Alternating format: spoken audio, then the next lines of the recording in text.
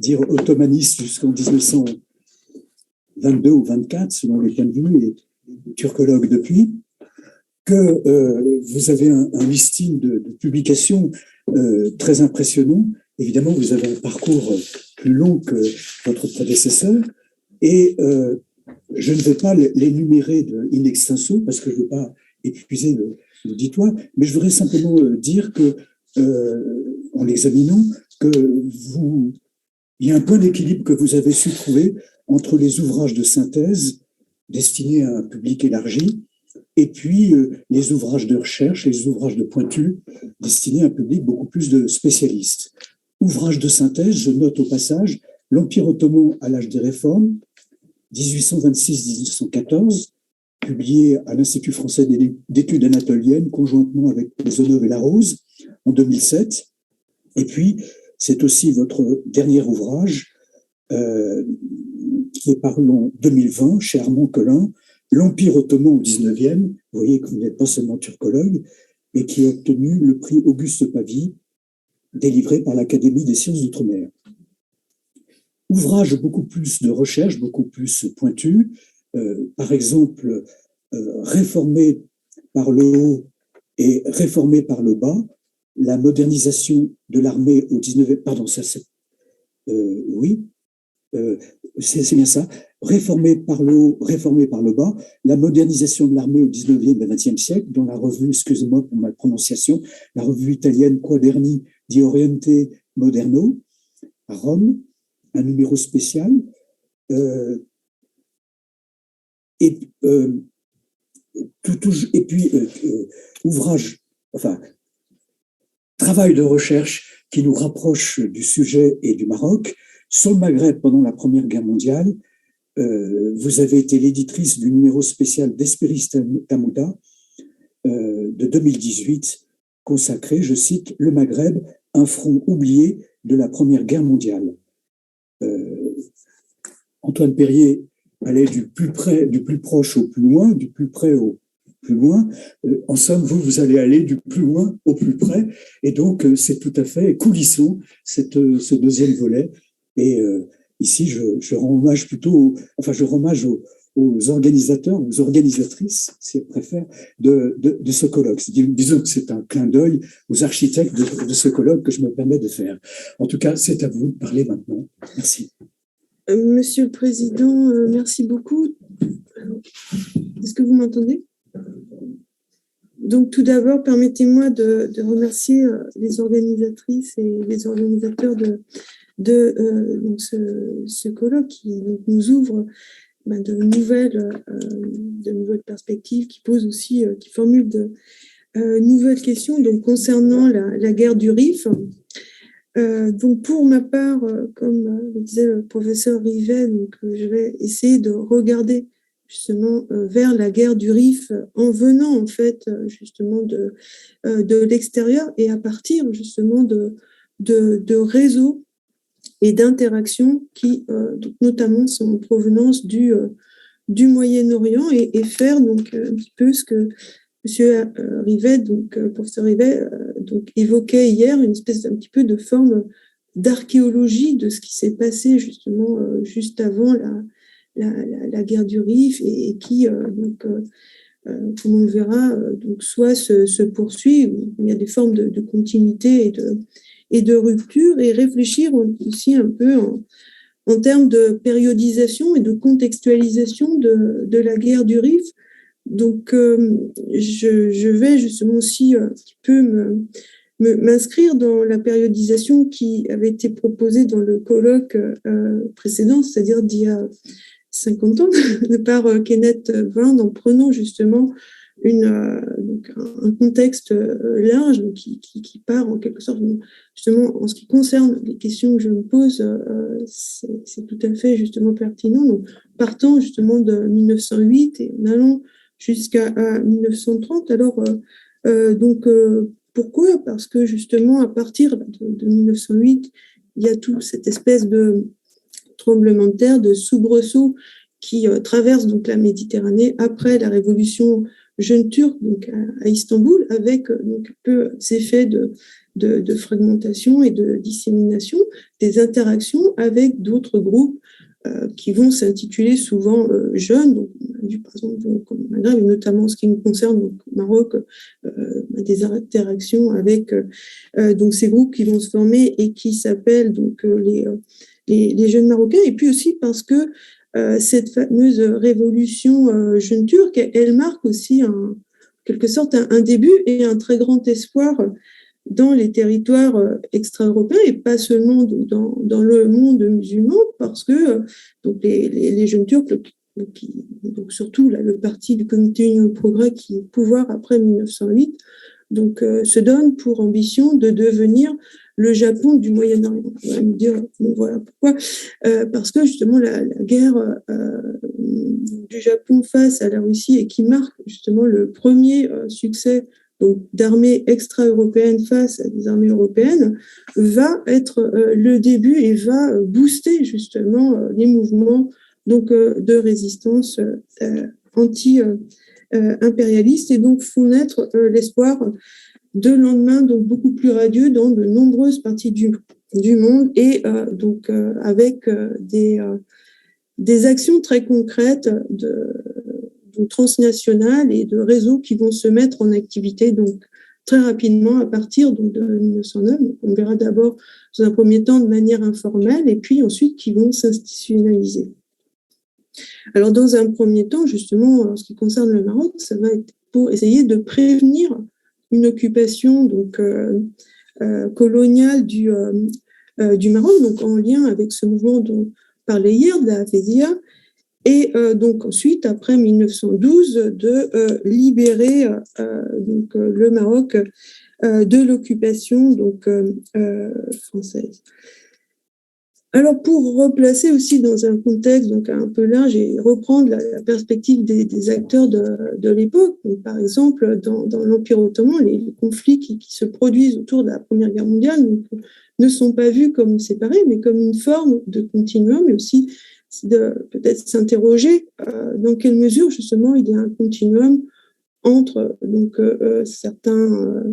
certaines formes donc, de conflits locaux, de révoltes et la guerre du Rif. Et donc, par exemple, dans l'Empire ottoman, à partir de la guerre de Tripolitaine, de l'invasion donc, italienne donc, sur donc, les rivages de la Tripolitaine et de la Cyrénaïque, on voit une succession donc, de conflits quasi ininterrompus. Ça enchaîne avec les guerres balkaniques, la Première Guerre mondiale, ensuite la guerre d'indépendance. Et donc, les acteurs locaux parlent de ce qu'ils appellent la guerre de 10 ans. Donc, une guerre de 10 ans avec donc, des conflits qui ne s'arrêtent pas, un conflit de la Première Guerre mondiale qui ne s'arrête pas à l'armistice de 1918. Et c'est aussi le cas donc, au Maghreb. Et pour le souligner, finalement, donc, les origines de la Première Guerre mondiale, c'est un conflit qui éclate donc, au nord de l'Afrique, au Maghreb, donc en l'occurrence sur le territoire de l'actuelle Libye. Et puis, donc, on a aussi donc, au Maroc, dans le prolongement de la Première Guerre mondiale, non seulement donc, la guerre du Rif, mais ça a été évoqué dans certains papiers ou lors des questions aussi, toutes ces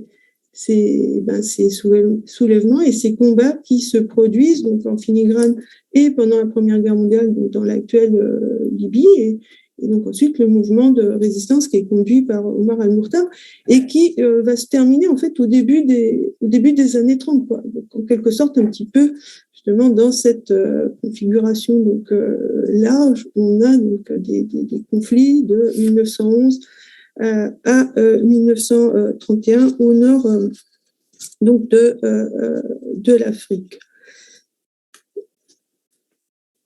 Donc le deuxième point sera donc à partir du début de la Première Guerre mondiale et comment justement les acteurs locaux au nord du Maroc vont disons se repositionner et comment justement les mouvements de rébellion locaux vont être boostés par l'entrée en guerre et donc des alliances. Alors bon, tout d'abord, on a évoqué son nom justement juste tout à l'heure, donc il y a deux mouvements qui sont préexistants, donc l'un donc au nord du Maroc qui est donc, dirigé par Chérif Bella, donc Raissouni, et puis donc au sud du Maroc, on a donc le mouvement qui est conduit par Al-Hiba, et au cours de la guerre, on va voir l'émergence en gros justement il y a des tas d'autres petits mouvements, mais bon, là je vais évoquer que les plus importants. On va voir l'émergence aussi de nouveaux acteurs, et notamment donc d'un nouvel acteur local avec le mouvement de résistance qui est conduit par Abdelmalek à partir donc, de 1915, et également donc, dans le nord donc, du Maroc, et donc envisager aussi les interactions qu'il avait avec donc, la famille d'Abdelkrim, donc avec son père, et avec lui-même.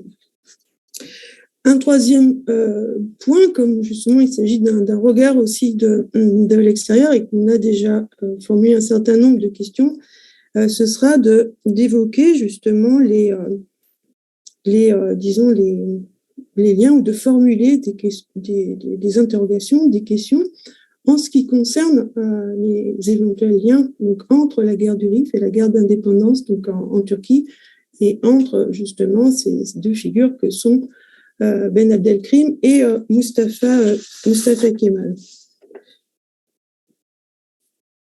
Alors, pourquoi commencer donc si tôt à partir de 1908 ou plutôt de 1909? Parce qu'en fait, donc, il y a un certain nombre des acteurs de la Première Guerre mondiale qui sont déjà présents en fait au Maroc dès 1909. Et en fait, quand j'ai commencé toutes mes recherches,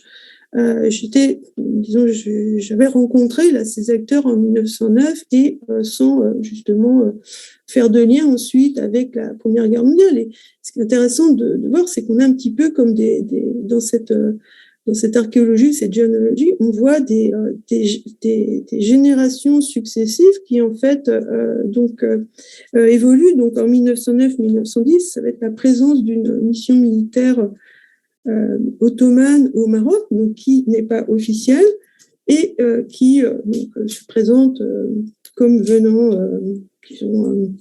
chercher du travail, sans dire officiellement qu'elle a été appelée par Moulay Abdel-Hafiz, et qui cherche justement à prévenir l'avènement donc d'une forme de protectorat sur le Maroc, avec donc on voit non seulement un regard vers l'Empire ottoman, qui est considéré comme un État musulman qui n'est pas encore justement passé sous une forme de domination coloniale, et qui va concrétiser justement ces interactions et ces liens en passant en fait à ce moment-là par donc la plaque tournante, le lien entre le Maroc et l'Empire ottoman. Ça va être l'Égypte, donc à travers des sociétés secrètes qui apportent donc un soutien donc pour justement, c'est dans le cadre, on a parlé aussi de ce terme de pan-islamisme, donc du courant d'union de l'islam, donc Ittihad à Islam, et notamment à travers une association qui s'appelle Ittihad al-Maghrebi, qui est basée donc au Caire, et qui est fondée donc par des Marocains donc d'origine, et dont l'objectif c'est de libérer le nord du Maroc, et donc à terme d'essayer d'avoir une forme donc d'État qui irait donc du Maroc jusqu'à l'Égypte. Donc il va y avoir après 1910 une forme de, disons, du moins, on ne va plus être dans un combat militaire, mais de propagande, avec donc des agents qui reviennent donc au Maroc, etc. Des agents donc qui sont soit d'origine ottomane ou égyptienne. Et ensuite, quand commence la Première Guerre mondiale, là, on n'est plus du tout dans la même configuration, parce qu'en fait, certains acteurs qui ne faisaient plus partie, en quelque sorte, de l'establishment ottoman, l'ont réintégré à partir de la guerre de Tripolitaine. Et en fait, pendant la Première Guerre mondiale, ce n'est plus donc l'Égypte qui est la plaque tournante entre l'Empire ottoman et le Maroc, mais ça va être donc l'Espagne, qui est un pays neutre. Et au niveau officiel, ça va se passer donc au niveau de l'ambassade, donc l'ambassade ottomane à Madrid. avec donc ces fameux officiers militaires qui étaient déjà présents donc en 1909, et notamment donc Tahir, qui était le chef de l'ancienne mission militaire. Et ils vont en fait agir au Maroc, mais pas en leur nom propre. Donc en fait, ils sont alliés avec les puissances centrales en interaction avec l'ambassade d'Allemagne. Donc il y a tout un projet allemand qui s'appelle Morocco Action pendant la première guerre mondiale, et qui va en fait se décliner un petit peu en deux temps. Donc le premier objectif pour les Allemands, c'était de promouvoir une insurrection générale au Maroc. Le Maroc est vu par les Allemands comme le talon d'Achille de l'empire colonial français. Et donc l'objectif, ça va être de renverser justement le sultan. Et donc il faut trouver quelqu'un à mettre à la tête de cette large contestation. Et donc l'homme providentiel, c'est Moulay Abdel-Hafiz, qui est donc en exil en Espagne. Donc jusqu'au printemps 1916, il va y avoir tout un travail justement de soutien à Raissoni, et donc ensuite à Abdelmalek, qui crée son mouvement en 1915, en essayant aussi, donc les Allemands essaient de faire une jonction entre ces mouvements, et donc ça ne va pas donc arriver. Et puis Moulay Abdel-Hafiz va jouer le jeu, mais c'est-à-dire il y a vraiment des plans qui sont non, c'est pas vous, c'est ça encore. Oui, non, parce que j'ai vu ça, j'ai cru que vous aviez 3 minutes, d'accord. Et donc, Moulay Abdel-Hafiz ne va pas dire non dès le départ, donc en fait, il va jouer le jeu dans une certaine mesure, et il y a donc des plans allemands de le ramener donc au Maroc, donc en pensant qu'en fait, il suffirait de le ramener au Maroc pour que il y a une allégeance générale qui lui soit faite. Alors, bon, dans un premier temps, ça va être de le ramener par aéroplane. On va dire que non, c'est pas possible, il a le vertige, etc. Donc ensuite, il va lui proposer de le ramener par sous-marin. Et bref, enfin, il y a un tas de... C'est vraiment très rocambolesque. Et donc, finalement, ça ne va pas se faire. Et à partir de l'été 1916, on passe dans une autre stratégie, donc il y a un petit peu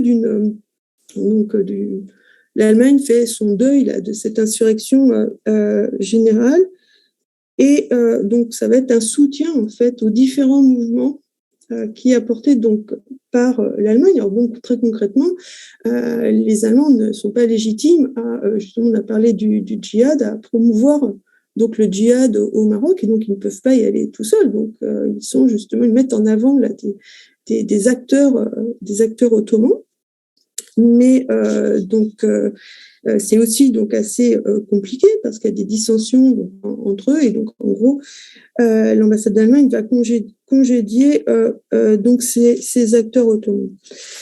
Alors donc je vais être forcée d'accélérer donc un peu la présentation. Donc c'est certain que en ce qui concerne donc nos acteurs locaux, donc le père d'Abdelkrim avait donc des liens et des contacts avec l'Empire ottoman pendant la Première Guerre mondiale. On s'est avéré, par exemple, son nom est sur la liste des membres de Tashkilat Mansoussa, donc qui est l'organisation spéciale interne donc, au ministère de la Guerre, qui est sous la houlette donc, de Enver Pacha. Et donc à ce titre-là, c'est certain qu'il était intégré dans ces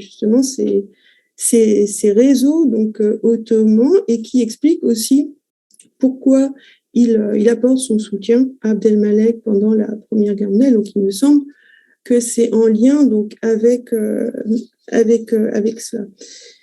Alors donc il y a tout un soutien donc qui est prodigué donc au mouvement d'Abdelmalek, donc un mouvement qui débute donc en 1915. Donc je ne vais pas revenir sur peut-être juste en quelques mots là, dire qui était Abdelmalek. Donc c'est le plus jeune fils de l'émir Abdelkader, donc il fait partie de la famille ottomanisée d'Abdelkader, donc il est né à Damas, il a fait donc sa formation militaire à Istanbul, donc il était dans l'armée ottomane, et il vient donc au Maroc à peu près en 1905, il me semble. Donc à partir de 1910, il était justement au poste à Tanger, et il va donc au printemps 1915 donc subitement prendre le large, prendre la montagne et aller dans la montagne et lancer donc son mouvement de résistance. Et ce timing n'est pas non plus c'est préparé, c'est pas non plus donc un hasard, c'est exactement donc au moment de la bataille de Gallipoli, où Gallipoli commence, et donc là aussi, il y a très certainement justement des connexions donc avec les Ottomans qui cherchent à ouvrir un nouveau front donc, au Maroc, donc à la fois pour occuper donc les Français, mais aussi pour empêcher donc d'envoyer des troupes coloniales à Gallipoli. Et il me semble que, après mes informations, il n'y a pas eu de troupes marocaines qui ont été envoyées donc à Gallipoli.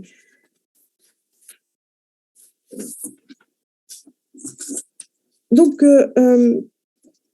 ce soutien va être problématique aussi parce que, notamment, justement, l'Espagne fait pression sur Abdelkader, donc le père, en emprisonnant le fils entre 1915 et 1916, et en faisant justement pression sur le père pour qu'il arrête cette collaboration de soutien donc à l'Allemagne et aux Ottomans.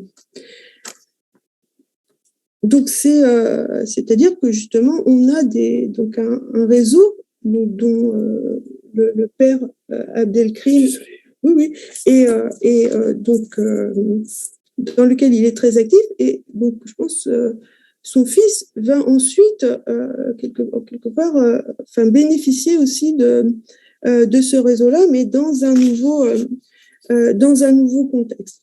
Alors, au sortir de la guerre, Abdelmalek, après que les officiers allemands aient quitté son camp, va solliciter la protection de Raïsouni, qui va en fait lui refuser sa protection. Donc, il va rejoindre sa famille à Tétouan, et donc il va ensuite s'installer dans une région qui est surveillée par les Espagnols, et à la fin de 1919, il dépose symboliquement les armes. Lyautey va lui faire une proposition d'amnistie, donc il va refuser, et en lui proposant une assignation donc à résidence au Maroc. Et en même temps, là aussi, on a parlé de la polyvalence des allégeances, justement. Abdelmalek va recontacter en fait l'Empire ottoman pour retourner dans l'armée ottomane. Alors c'est pas clair pour savoir si c'était en faveur des nationalistes et du mouvement de Mustafa Kemal ou pas. Mais donc ensuite on a deux anciens leaders des mouvements de résistance de la Première Guerre mondiale, donc que ce soit Raïsouni ou que ce soit donc Abdelmalek, qui vont combattre donc aux côtés des Espagnols contre Abdelkrim, et qui en fait tous les deux vont être éliminés, donc pour l'un en 1924 et pour l'autre en 1925 par les troupes d'Abdelkrim. Alors, entre Mustafa Kemal et Abdelkrim, évidemment, il y a un certain nombre de comparaisons qui peuvent être menées. Il est question aussi qu'il y a eu des échanges épistolaires entre Mustafa Kemal et donc Abdelkrim, donc des liens qui étaient directs et qui, à mon sens, donc emprunterait justement les réseaux préexistants de Teşkilat Marsousa et des liens avec le ministère de la guerre allemande. Donc, par exemple, Lyautey en 1925 lui-même faisait donc état de ressemblance entre ces deux leaders, tout en mettant donc un bémol en ce qui concerne l'armée d'Abdelkrim. Mais bon, Abdelkrim n'a pas la formation militaire qu'a Mustafa Kemal, qui est un officier donc d'état-major. Alors peut-être un point qui est moins soulevé et qui apparaît être commun dans les discours des deux leaders, notamment donc après la chute d'Abdelkrim, c'est une critique vis-à-vis du rôle des confréries dans leur mouvement. Donc dans la jeune Turquie, après la promotion de la République de Turquie en 1923, juste après, Mustafa Kemal donc, va abolir et interdire les confréries en 1925. Et donc, c'est aussi justement assez, c'est assez intéressant de voir les déclarations que fait donc Abdelkrim, et qui quelque sorte, formule un peu les mêmes types de reproches que Mustapha Kemal. Donc, il dit une cause de ma défaite a été le fanatisme religieux, et donc notamment donc en visant le chérifisme et le confrérisme. Donc, peut-être justement, ça, on en a peut-être pas trop. Justement aussi, on a un petit peu évoqué cet angle mort qui est donc celui là du rôle des confréries et de leur évolution. Et en tous les cas, juste pour une dernière phrase, il y a aussi une sensibilisation de la population en Turquie en ce qui concerne donc la guerre du Rif, non seulement donc dans la presse, mais aussi donc par exemple à destination d'une large population. Je suis assez surprise de trouver par exemple des descriptions très détaillées dans les almanachs. Donc par exemple dans l'almanach de 1925, on a donc toute une description des événements qui sont passés donc en 1924 et donc de présenter, y compris dans ces almanachs, une similitude entre le mouvement de la guerre d'indépendance en Turquie et celui donc d'Abdelkrim qui appelait donc Mujahid. Donc vous voyez aussi au niveau là cette terminologie qui parfois peut être tout à fait polysémique. Bon, je vous remercie, je m'excuse si je l'ai dépassé un petit peu.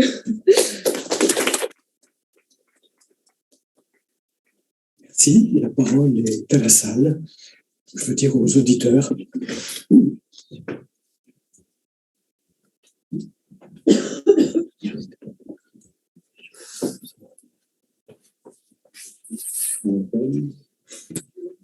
Une question pour commencer à un numéro. On a une preuve matérielle de l'admiration d'Abdelkrim pour Mustapha Kemal dans les archives de Nantes. Dans un carton qui contient les originaux et les titres de propriété de la famille Al-Khattabi, vous avez toute une revue sur Mustapha Kemal, et peut-être, il faudrait vérifier, annotée de la main d'Abdelkrim, et on voit vraiment l'admiration qu'il avait pour Mustapha Kemal. La question au retour, c'est finalement, vous avez parlé de l'opinion publique turque face à la fin de votre communication, face à la guerre du Rif. Est-ce qu'on a des témoignages, par exemple, de l'opinion que pouvait avoir Mustapha Kemal sur Abdelkrim et sur le mouvement rifien? Donc pas à ma connaissance directement, mais ce qu'on sait, c'est que donc disons la presse nouvelle de la jeune République de Turquie est quand même proche disons de Mustapha Kemal et de l'élite dirigeante, et donc il y a quand même disons, pas une liberté d'expression totale, et donc dans une certaine mesure, donc on peut penser que un certain nombre des formulations agréaient donc le nouveau gouvernement. Et ce qui m'avait aussi donc intrigué, c'est qu'en fait, après donc la chute de la République du Rif, il va y avoir toute en fait une campagne de presse en Turquie pour en parler, et notamment donc c'est le seul moment où donc il y a donc des publications justement des vétérans là de 1909 qui voient un petit peu comme justement un épilogue à ces développements qui donc ont commencé donc à partir de 1909 et qui, dans une certaine mesure, donc sont restés aussi secrets donc en Turquie, et sur lesquels justement il y a eu une discrétion du fait qu'il s'agissait d'actions qui étaient secrètes, et puis aussi donc une comparaison justement avec le droit des berbères à disposer d'eux-mêmes, etc. Donc des choses quand même assez pointues, quoi. Il y a des questions dans le chat.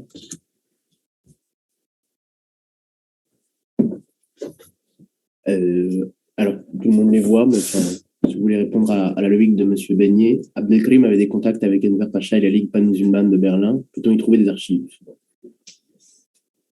Donc, en ce qui concerne les archives de Berlin, donc, ce sont donc les archives des affaires étrangères du Auswärtiges Amt, donc du ministère des Affaires étrangères. Donc, il y a un certain nombre justement de documents qui sont disponibles dans les affaires étrangères, parce que pour ce qui concerne les archives militaires allemandes, donc elles ont été détruites lors du bombardement américain de Berlin pendant la Seconde Guerre mondiale. Donc il faut plutôt justement se tourner du côté des archives diplomatiques, sachant qu'il y a un certain nombre de copies de documents qui relevaient du ministère de la guerre. Alors, donc là, des questions de contact entre Abdelkrim et Enver Pacha, ça, je ne peux pas répondre, parce que dans cette période-là, donc, Enver a quitté au moment de l'armistice, donc à la fin 1918, il quitte donc l'Empire ottoman, et là il emprunte donc un autre cheminement, donc une deuxième partie, je veux dire, de sa carrière, avec des projets, disons, plus tournés vers l'Asie centrale. Donc ça, c'est une question qui est posée, donc ces rapports entre Abdelkrim et Enver Pacha, mais au moment de la guerre du Rif, je n'ai pas de réponse à apporter quand même. Y a-t-il encore une question?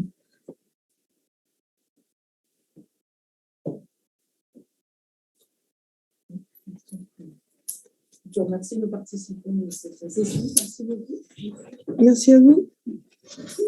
Nous reprendrons à 14h. Peut-être dire aux